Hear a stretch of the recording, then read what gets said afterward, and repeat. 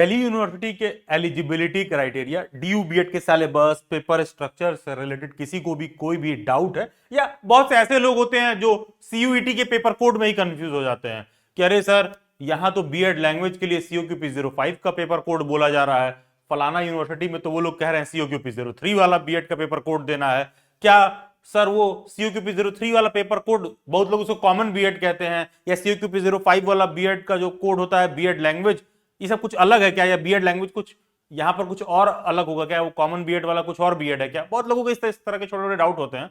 जो भी ऐसे लोग हैं जिनको इस तरह के कोई भी डाउट है, पूरे इंटरनेट पर one of the best one stop destination है सीयूईटी डीयू बीए 2026 वाला प्लेलिस्ट। इस वीडियो को पॉज करिए, चैनल के नाम पर क्लिक करिए और प्लेलिस्ट में जाइए, डीयू बीए 2026 वाला प्लेलिस्ट देखिए। नीचे डिस्क्रिप्शन बॉक्स में कमेंट में भी आपको प्लेलिस्ट का लिंक मिल जाएगा, लेकिन जरूर से आप प्लेलिस्ट देख लीजिएगा। सभी वीडियो लेक्चर्स को शुरू से अंत तक आप देख जाओ।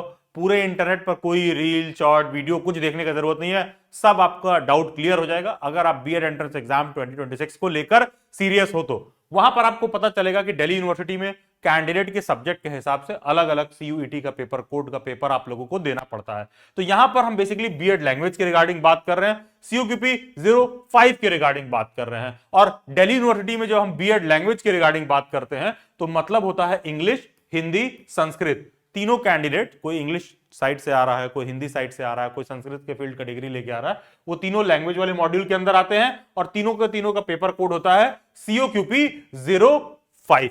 जो भी बातें मैं आपको समझा रहा हूं, इन बातों को और ढंग से महसूस करने के लिए, समझने के लिए गूगल के प्ले स्टोर में जाइए, दिल्ली बाइट्स का ऐप इंस्टॉल करिए। सबसे टॉप में ही आपको एक आइकन दिख जाएगा, BEd entrance and BEd special education. उस आइकन को आप ओपन करोगे तो उसमें जो दिल्ली बाइट्स का मॉक टेस्ट और नोट्स का मॉड्यूल है सीओक्यूपी 05 का, उसको आप ओपन करोगे तो उसके अंदर ही आपको प्रीवियस ईयर पेपर मिल जाएगा सीओक्यूपी 05 का। तो जो भी बातें मैं आपको समझा रहा हूं, ये आपके लिए महसूस करना और समझना आसान हो जाएगा। ध्यान दीजिएगा, 2023 तक जो है पेपर में, मतलब 2023 के पेपर में क्या होता था, जैसे आप प्रीवियस ईयर पेपर देख रहे हो तो कंफ्यूज मत होना, पहले पार्ट ए भी आता था, अब ये पार्ट ए आना बंद हो गया 2024 से। अब पेपर का केवल और केवल वो सिलेबस है जो आपके स्क्रीन पर मेंशन्ड है। तो अगर हम सीओक्यूपी 05 को देखें तो 75 डोमेन स्पेसिफिक नॉलेज क्वेश्चन आपसे देखने के लिए मिलेगा।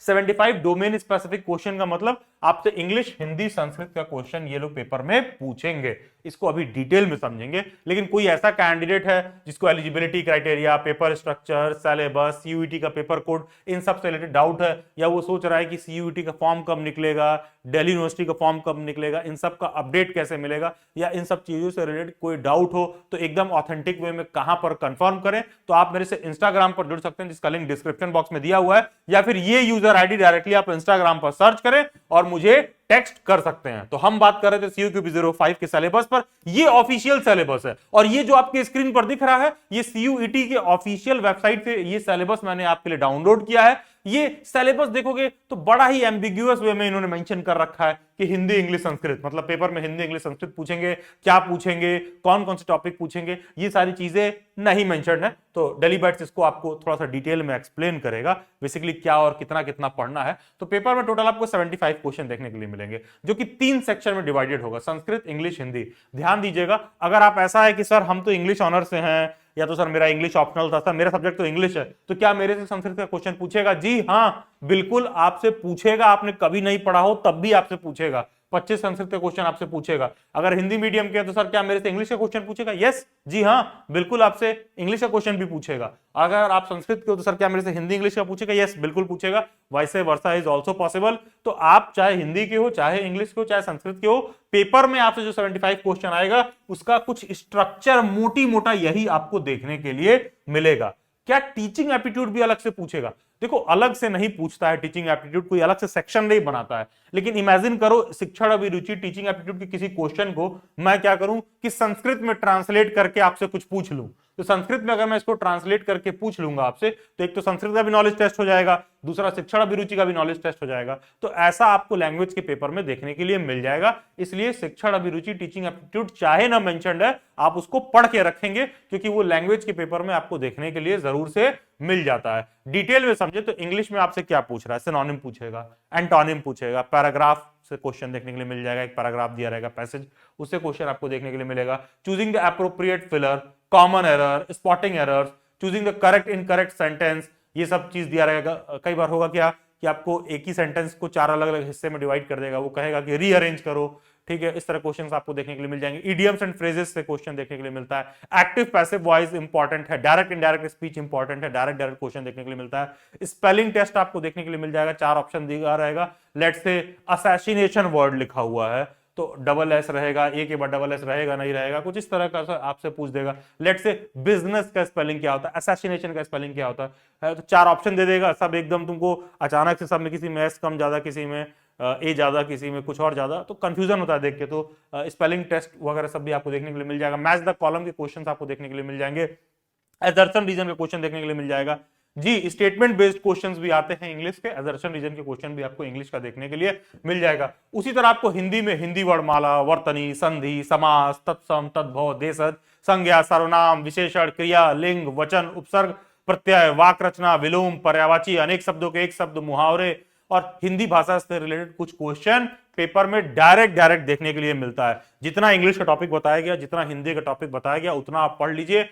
99% क्वेश्चन आप श्योर शॉर्ट जरूर से सही करेंगे। Sanskrit the most important one, majority of the candidate इसको पढ़ के नहीं रखे होते हैं, फिर भी चाहे आप इंग्लिश के हो, चाहे हिंदी के हो, चाहे संस्कृत के हो, 25 क्वेश्चन आपसे पेपर में संस्कृत का पूछेगा, जिसमें वेद, वेदांग, संस्कृत साहित्य, छंद, अलंकार, वर्णमाला, संज्ञा, संधि, समास, प्रत्यय, इनके क्वेश्चंस आपको देखने के लिए मिलेंगे। उसी तरह शब्द, रूप, पुराण, महाकाव्य, देशज, विदेशज, रचना, काल, प्रसिद्ध संस्कृत लेख, कवि परिचय, कारक, वाच्य, धातु रूप, शब्द शक्ति, दर्शन के भी क्वेश्चन आपको पेपर में देखने के लिए मिलेंगे। अब आ जाते हैं टीचिंग एप्टीट्यूड, शिक्षण अभिरुचि के टॉपिक को कैसे समझेंगे। शिक्षण अभिरुचि में बेसिकली है क्या कि nature of teaching, Bloom's taxonomy, teaching learning material, evaluation method, inclusive education, इन सब चीजों से रिलेटेड टीचिंग एप्टीट्यूड में क्वेश्चन आपको देखने के लिए मिल जाएगा।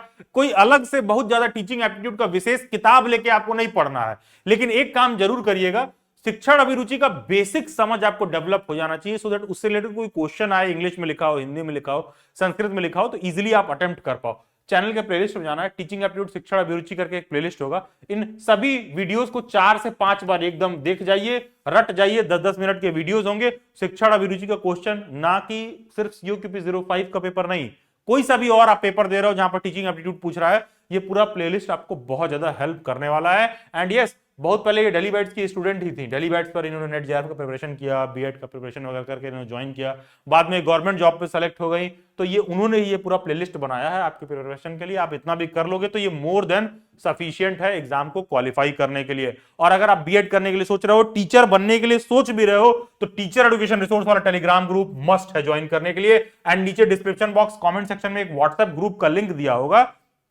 केवल जेन्युइन काम के अपडेट के लिए आप उस व्हाट्सएप ग्रुप से जरूर से जुड़ सकते हैं। एंड सभी जो भी CUET, दिल्ली यूनिवर्सिटी से रिलेटेड अपडेट है, या कोई भी और बीएड एंट्रेंस एग्जाम 2026 से रिलेटेड अपडेट है, वो सारा कुछ आपको उस व्हाट्सएप ग्रुप में देखने के लिए मिलेगा। एंड दिल्ली बैट्स के बहुत सारे ऑनलाइन वेबिनार होते हैं। एंड हाँ, दिल्ली में हम लोगों का मीटअप, सेमिनार वगैरह भी होता है, उन सब का अपडेट भी आपको उसी ग्रुप में देखने के लिए मिलेगा। इस सेमिनार में तमाम एस्पायरिंग टीचर्स वगैरह आते हैं, जहां पर श्योरली आप मिलकर आपस में बात कर सकते हो। दिल्ली बाइट्स का टीचिंग को लेकर क्या व्यू पॉइंट है, इन बातों को आप समझ सकते हो। फ्यूचर में जॉब एस्पेक्ट वगैरह में कैसे ये सारी चीजें आपको हेल्प करेंगी, तो दिल्ली बाइट्स के वेबिनार और सेमिनार में ये सारी चीजें आपको देखने के लिए मिलेंगी। एंड यस, सीटेड मतलब ओके। तो आ जाते हैं पेपर स्ट्रक्चर पर। पेपर में टोटल आपको 75 क्वेश्चन देखने के लिए मिलेंगे। 90 मिनट्स मिलेगा। 90 मिनट का मतलब होगा कि 1.5 घंटा मिलेगा। 1 आवर 30 मिनट आपको पेपर में मिलेगा। 75 क्वेश्चन रहेंगे और हर एक क्वेश्चन के बेसिकली 4 ऑप्शन रहेंगे, जिसमें से कोई एक सही रहेगा। एक क्वेश्चन आप सही करते हो तो आपको 4 नंबर मिलेंगे। और ध्यान दीजिएगा, निगेटिव मार्किंग भी है। अगर किसी क्वेश्चन को आपने अंधी तुक्का मारा और गलत अटेम्प्ट कर दिया तो आपको निगेटिव मार्क भी मिलेगा, -1 मार्क्स भी आपको निगेटिव दिया जाएगा। इसलिए आपका मॉक टेस्ट पर प्रैक्टिस होना बहुत जरूरी है, क्योंकि निगेटिव मार्किंग होता है तो मॉक टेस्ट वगैरह का प्रैक्टिस आपका अच्छा होना चाहिए। दिल्ली बैट्स के आप ऐप में जाओगे तो वहां पर आपको लैंग्वेज का पूरा मॉड्यूल मिल जाएगा, आपको पूरा नोट्स मिल जाएगा, जो कि इंग्लिश, हिंदी, संस्कृत, जो कि आपके लैंग्वेज के हिसाब से है। आपको पूरा संपूर्ण नोट्स मिल जाएगा, आपको मॉक टेस्ट मिल जाएंगे, आपको क्विजेज मिल जाएंगे आपके सब्जेक्ट के हिसाब से।